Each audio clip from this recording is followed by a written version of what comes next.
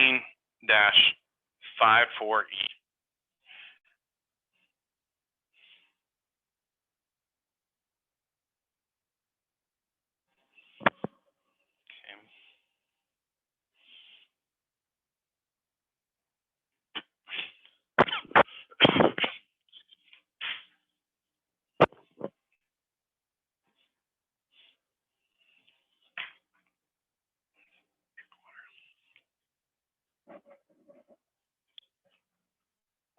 Okay. The mass fractions of a mixture of gases are 15% nitrogen, 5% helium, 60% methane, and 20% ethane. This mixture is compressed from 20 psia and 100 degrees Fahrenheit in a isentropic process to 200 psia.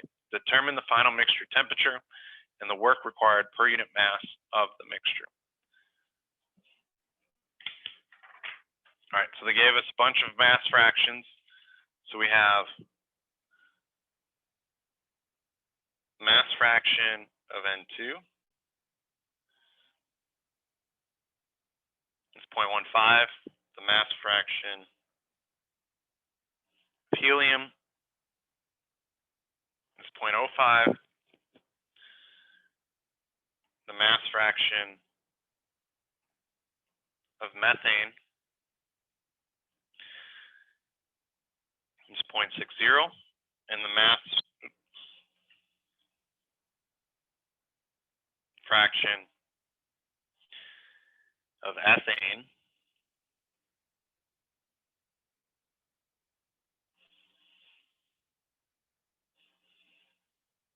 is 0.20. They tell us we have a mixture pressure initially of 200 or 20 psia and a mixture temperature initially of 100 degrees Fahrenheit, which is 560 Rankine. The process is an isentropic process.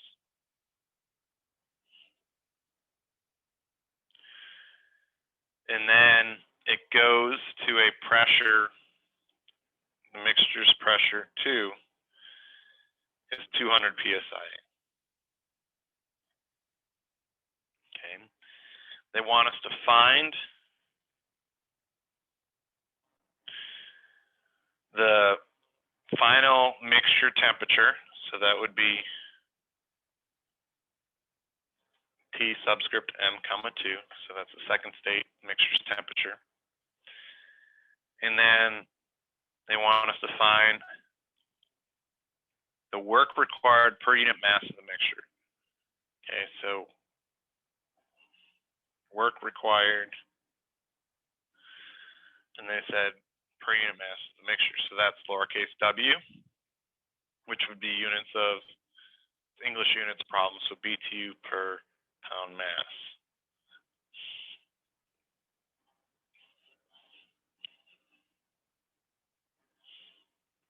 Schematic. See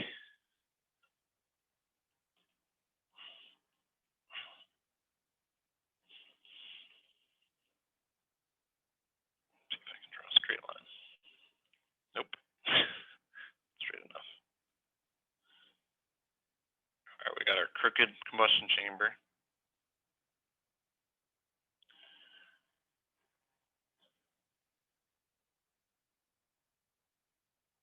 And inside there we have our mixture.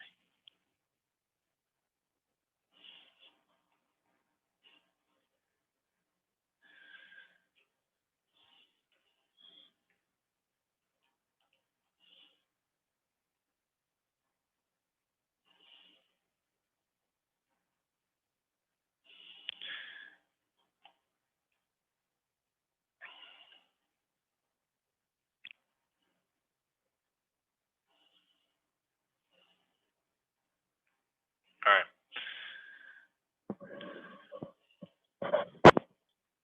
All right, so we have our mass fractions, right? They gave us a bunch of mass fractions right here. We have our mixture state 1, and then state 2, right? If we were trying, so let's not even think about this being a mixture, right?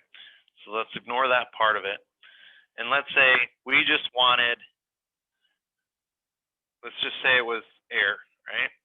And we had what was given to us, this pressure, temperature, isentropic process, and we had this pressure at the second state. How would we get this second state's temperature?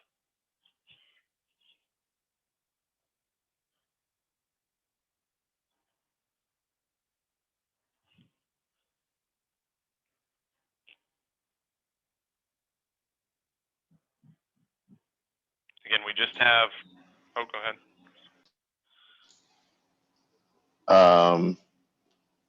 Like an ideal gas, and with the delta S being 0. Yeah, ideal gas, and then we have an isentropic process because delta S is 0, right? So if we start off with ideal gas, and it's a isentropic process, we then have our isentropic relationships, right?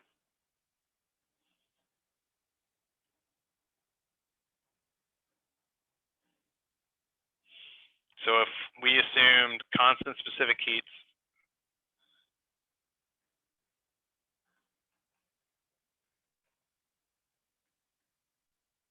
which is typically what's done with mixtures instead of variable specific heats, okay? We have our isentropic relationships. So for the one with temperatures and pressures, we have T2 over T1 on our equation. See, this is constant for isentropic, right?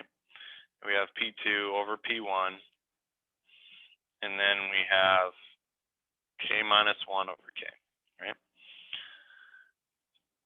Well, if we change this to our problem, now we have a mixture. We have mixture 2, mixture at 1,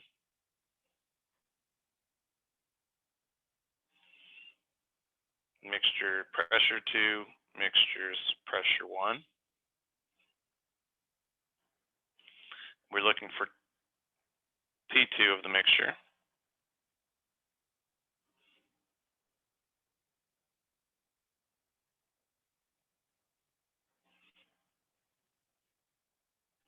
All right, so we have this, okay?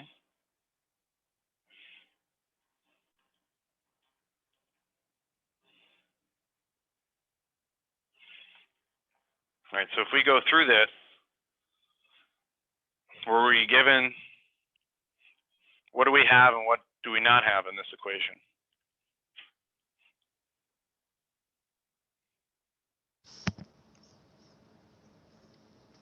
I believe the only things we don't have are the temperature of the mixture at state 2 as well as the constant K. All right, so we don't have this. Temperature 1, pressure 1 and 2 of the mixtures were given, so we also don't have ratio specific heat. So ultimately we're trying to solve for this, right? So we need ratio specific heat to get this. So that's the property, that's a property of that mixture, okay? And we'll get to that when we get the properties of the mixture. So all we need to do is get that property, right? But I'll hold that for a second and we'll figure out what would we do. We'll set up the equation for this too, okay? So if we're looking for the work required during this isentropic process, where do we start to get that work?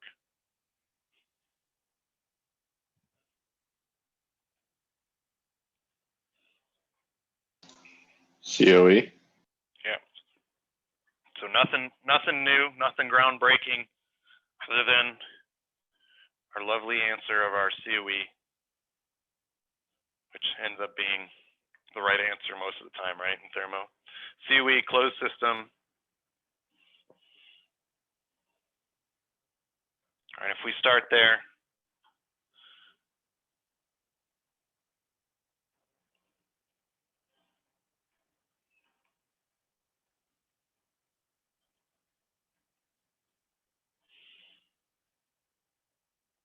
What can we cancel?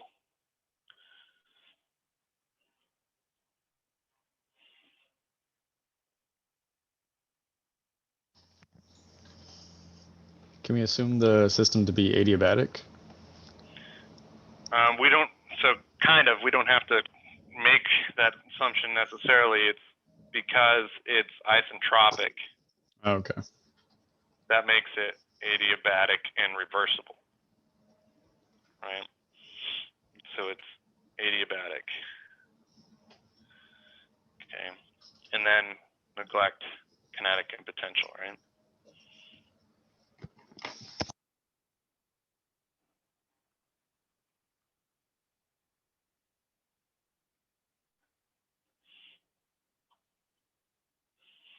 All right, so now we're left with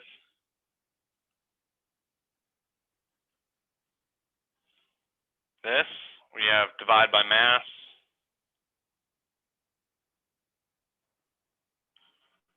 To get it per unit mass, which was the problem was asking. And then put in our constant acidic heats.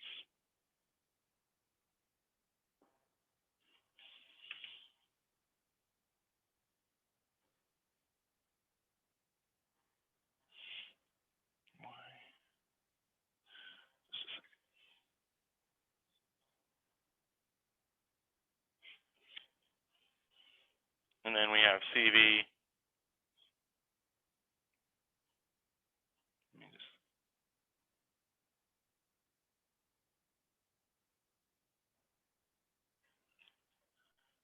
T2 minus T1. Okay. And then the work is CV T1 minus T2, moving that minus sign. Okay. So we take this to our mixture, right? This is CV of the mixture. This is mixture's temperature 1. This is mixture's temperature 2. Okay. Then we have this equation, right? So if we now look to see what do we have, we said earlier we have temperature of the mixture 1. We don't have this yet, and we don't have this, okay? The one thing I'll wait to the end of the problem to do this. But so we don't have this yet, but if we get our value up here, this equation, we would have it. So the last we don't have is we don't have our properties of the CV of the mixture and the ratio of specific heats of the mixture, okay? So this is the part that's new in chapter 13, is getting those properties that you need to solve the problems. The equations above, it's just like if you just had a single gas. It's now just getting the properties of that mixture, okay? All right, so this is the new part. So this is where we bring in how I like to solve these problems, and that's not the way the solutions do it, but I like to create a table, right? You know how much I love the tables, but it organizes things better. So if we set up a table, we had nitrogen, helium, methane, ethane,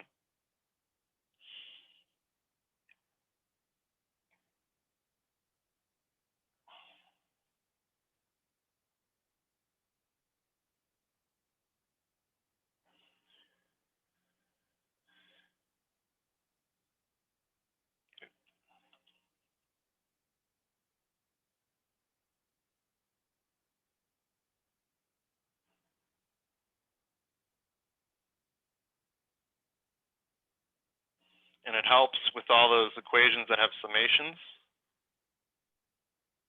The table kind of shows us the summation.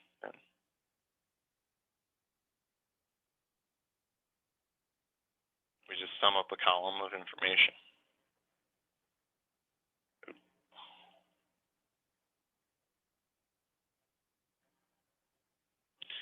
All right. This will be our total down here. All right. Starting out, we have mass fraction given to us of each individual component, and this is in English units. So this would be pound mass over pound mole. Okay, so that's our first column. Right, and then I'm going to start putting columns that we'll need. You'll see in a second. So we'll have mass, and that'll be pound mass. All right, we need molar mass.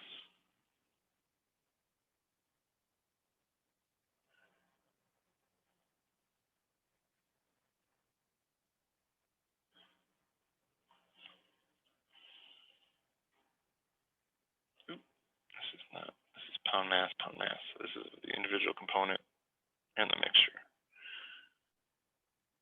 All right, we're good there.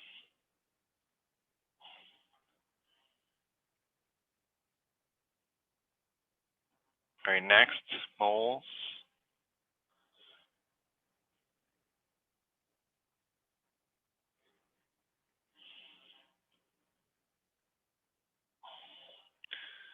Next, we'll do, I'm going to do, just bear with me though, instead of going straight to CEV, and we could do that, I'm going to do CP, just to show you different ways. So if we have BTUs for pound mass R, okay, for the individual components. And then the last column we're going to do for fun, but to show different ways for future problems, we have the mole fraction, which is pound mole individual component, pound mole of the mixture. Okay.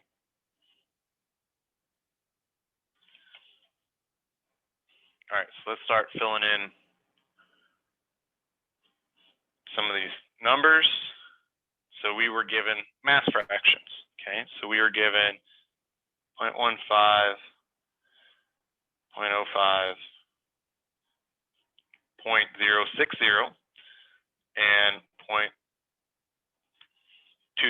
right? And the mass fraction, I need to put a little water here. All right, the mass fraction, you remember, is just the mass of the individual component divided by the mixture's mass, right? Okay, so that's this mass fraction. And if we sum this all up, this column, that better be equal to 1, right? So that is the equation that we had in the book that looked like this. Sum up the individual mass fractions, they're going to be equal to 1.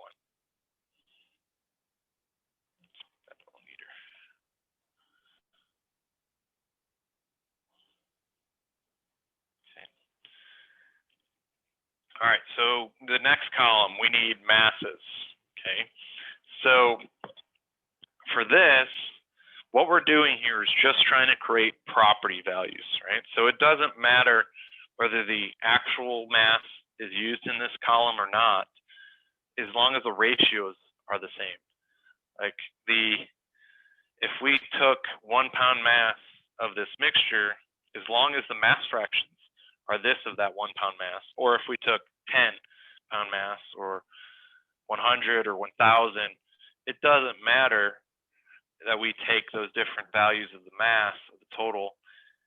If the mass fractions are this in that total mass, you're going to get the same properties. So what does that mean to what we're going to do?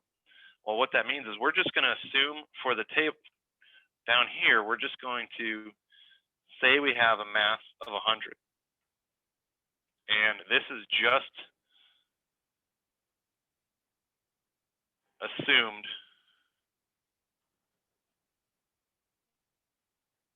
for properties. Okay. We're not saying there's actually 100-pound mass in this piston cylinder device that I assumed. We're just saying, we're just setting this to 100 for this table to get properties, because the properties don't matter what the scale of the mass or the total moles are. It just matters to get properties, the mass fractions and the mole fractions are what really matters. Okay. So if we make the mixture's mass 100, what do we get for N2's mass?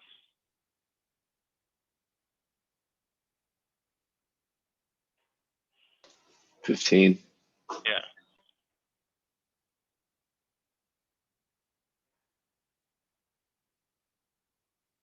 All right, we're just taking that mole fraction, multiplying times the mixture's mass, which is this right here.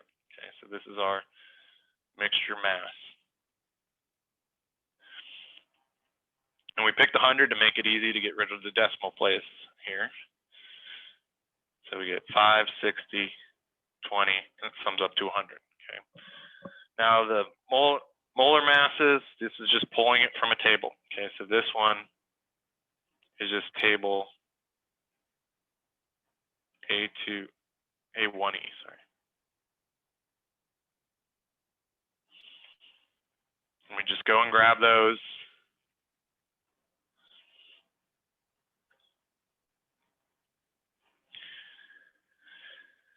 You see I dropped, like most of those have to a third decimal place, but it's very small. Like it might be, if you think of this, I don't know what it is, but if it's 28.001, let's say is what's in the table for this molar mass, that would be, by me dropping that 0.001, that is 0.001 divided by 28 is the percent error of me neglecting those later decimal places. So in a lot of these problems we'll do that, because that small decimal place does not matter that much unless you're looking for highly accurate information.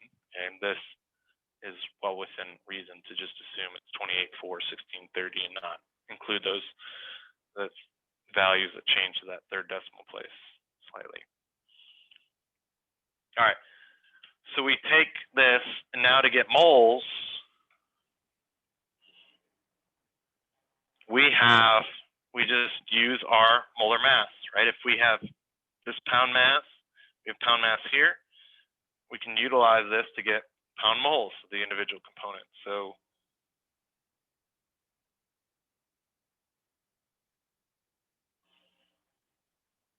we just divide the mass by the molar mass, and that'll get us the moles of that individual component. Okay, so if we do that, we take 15 divided by 28,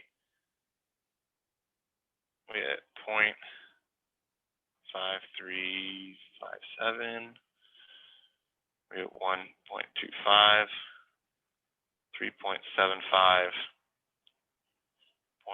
0.6667, and this sums up to 6.2024. And this is just the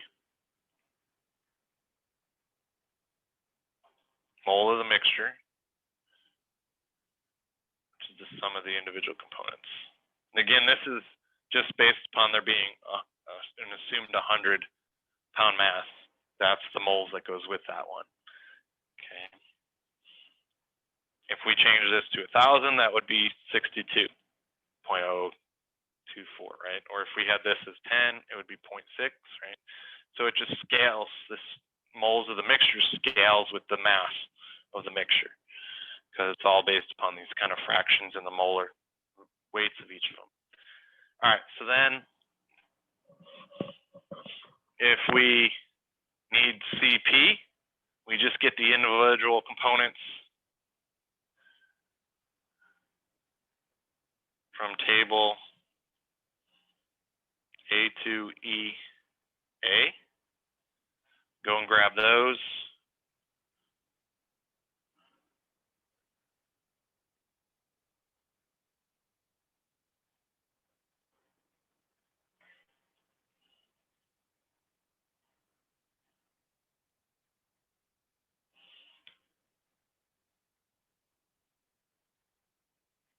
Okay, we go and grab those, and then we can get our mixture value of 0.5043, and that comes from the equation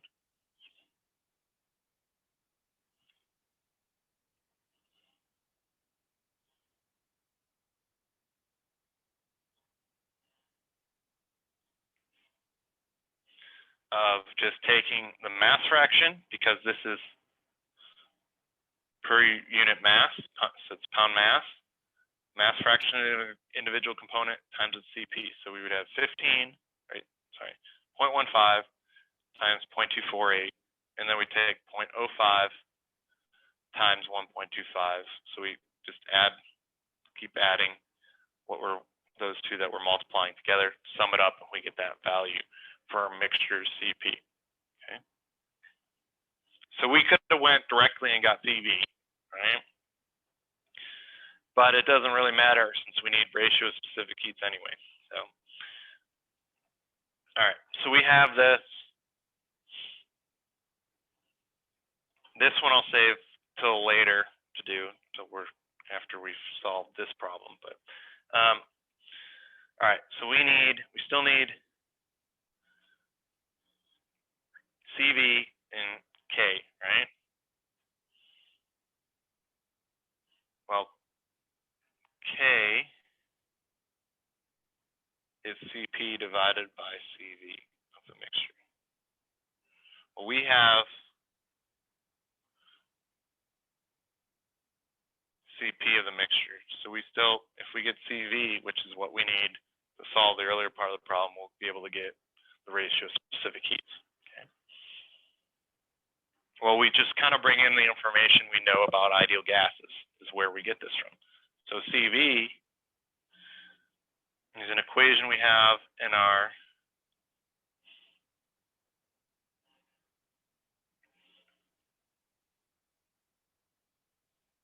for ideal gases, that CP is CV plus R. Okay, so if we change this again for our mixture,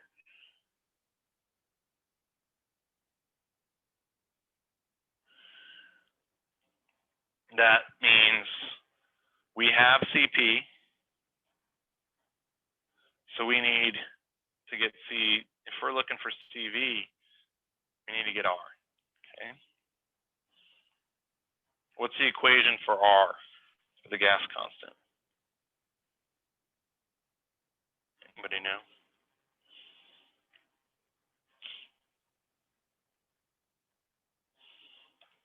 Make it of the mixture. Okay, it's just the universal gas constant, R, right, and divided by the molar mass of the mixture. Okay, so this R universal is always the same, right? You just have to have it for the right units, but it's always the same. This is the part that changes, okay, depending upon the mixture's molar mass. Okay. All right, so if we get that, oh, I forgot to put RM over here. The molar weight of the mixture, okay, is just the mass of the mixture over the moles of the mixture, right? And we actually have that from our table. If we had 100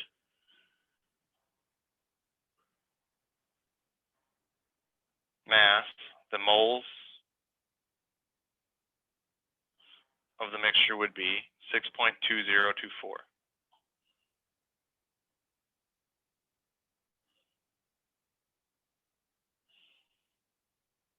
And we get 16.12 pound mass per pound mole. Right, so like I said, if we just change the like if this was 1,000 pound moles, or sorry, 1,000 pound mass, this would be 62.024 pound mole, and you'd still get the same molar mass, okay, over here. Or if we had 10, we'd get 0.6, and we'd still get the same over here. So us assuming 10, it changes the moles, the total moles accordingly, just because of the mass fraction. So it doesn't matter that we assumed 100.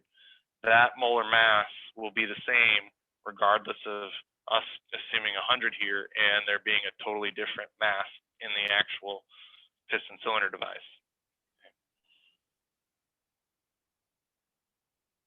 All right, so we get that. Now we can start working our way. So we now have the mixture's molar mass, so we can get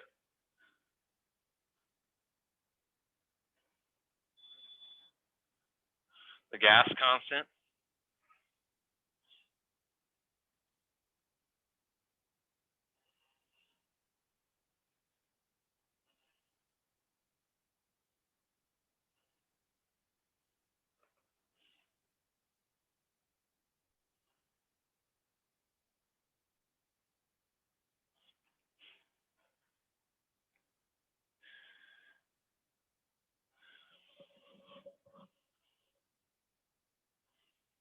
So we get 0.1232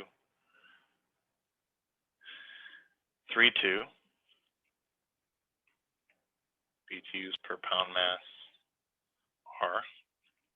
While we don't use it as much in this problem, other problems, this is a very common parameter use. Like if you need to use the ideal gas law to solve something, we would need the gas mixture's R value, right? We would need the mixture, in the gas law, the gas constant of that mixture.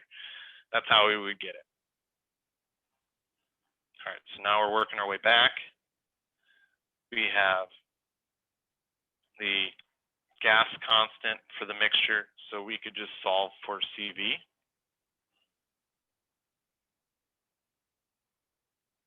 The mixture.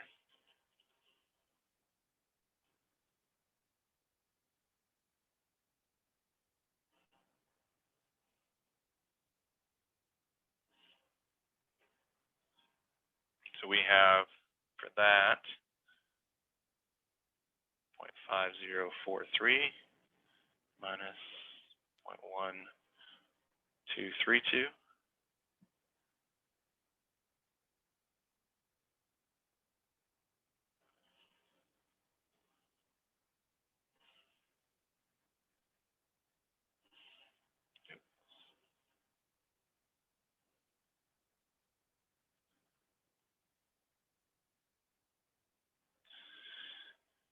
All right, so now we have one of the properties we were looking for above, right? Let me just underline it once.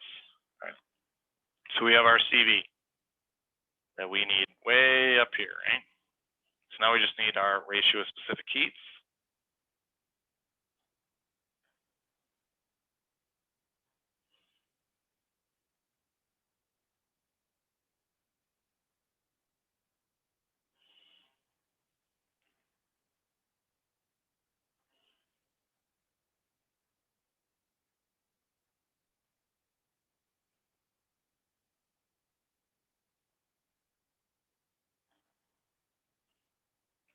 And we get 1.323.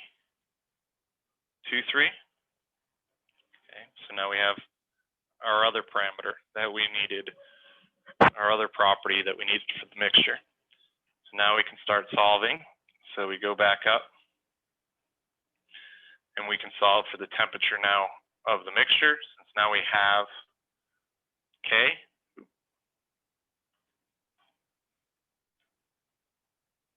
Okay, so we have everything, and we can plug in our pressures, our temperature, and Rankine, and solve and get our temperature of the mixture then at state 2. So we plug it in, we get 982 Rankine. Okay. And then the last is our work. Okay. Solve this one.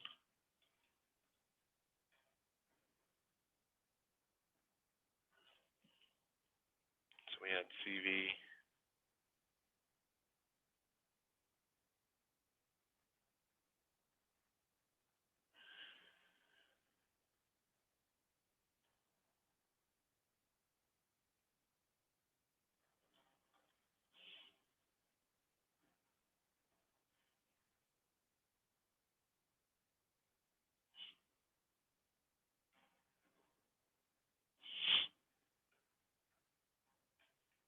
All right, so if we solve, plug this in. I have a different value here.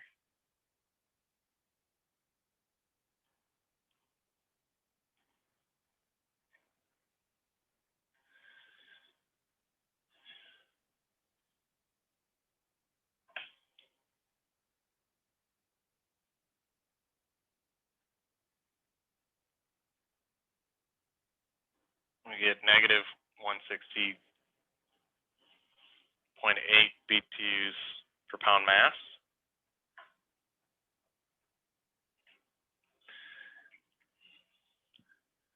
So one thing I'll say here, the solutions to this problem that the book did, they assumed that this was an open system and not, basically they say this mixture undergoing this isentropic process is an open system. So they did closed COE open system with one inlet, one outlet, and that work would simplify to CP, change in temperatures if you neglect kinetic potential, steady state.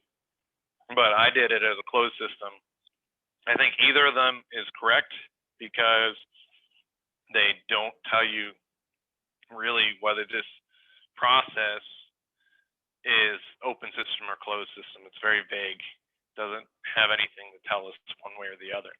So I did a closed system, but it could have easily been CP delta T when you do the open system, conservation energy, and simplify.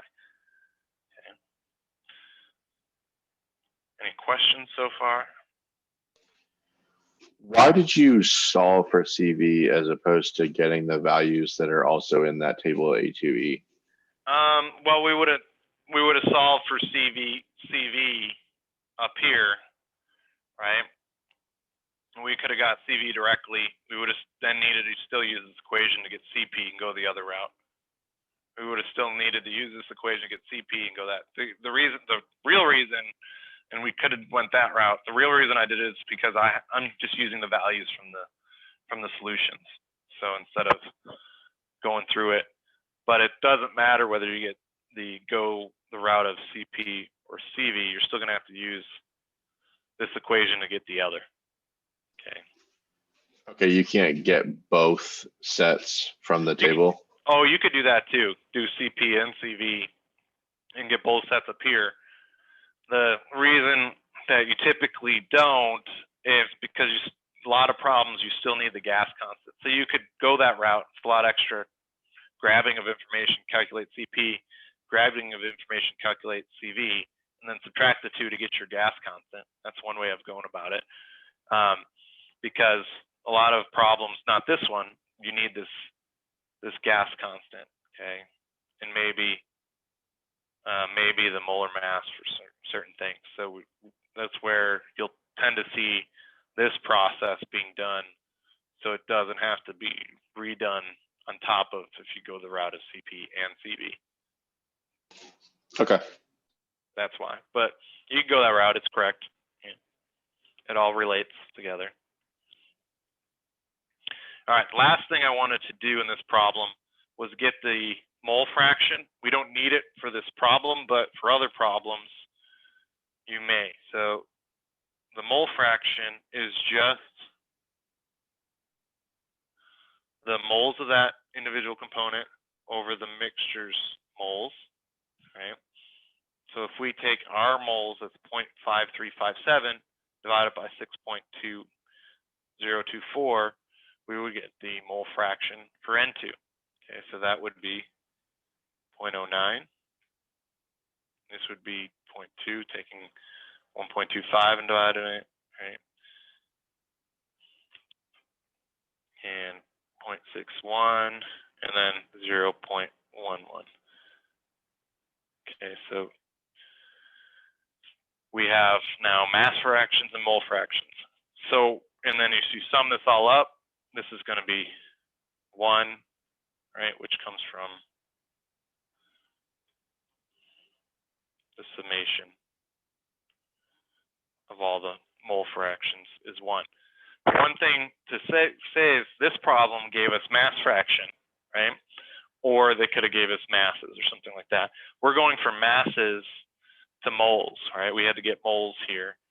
So we went from masses to moles. Well, we could have went from mole fraction, like if a problem gave us mole fractions instead, we can do the same thing we did, but now assume a total number of moles of, again, 100. So then use that to get the number of moles, and then use molar mass to get the mass. So you can either go from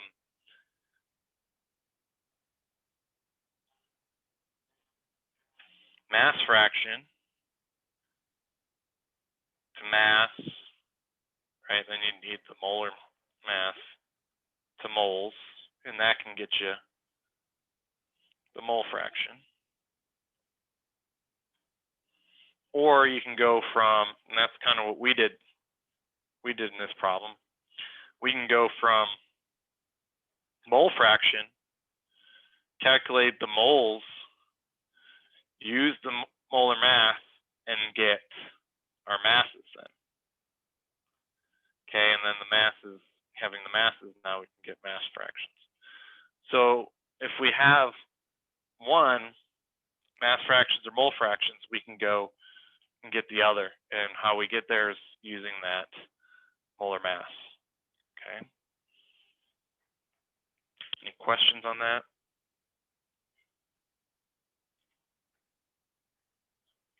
So there's no big thing in this chapter. It's really, you just now have mixtures. So the main equations are still the same, like we showed here, conservation energy, we use isentropic process, right? So those are not new. It's just getting the properties. This table was the new part, right? And if you look at solutions, I like the table better because the solutions just kind of jump all over the place with these equations. So this one kind of puts it all together to relate it, right?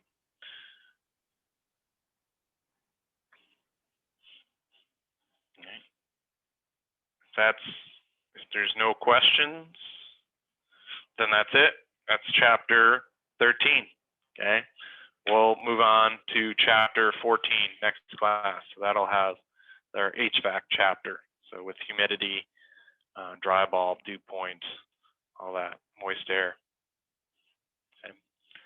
All right, that's it. I'll see you guys on Wednesday. Have a good day, Professor. Yep, you too. Thank you.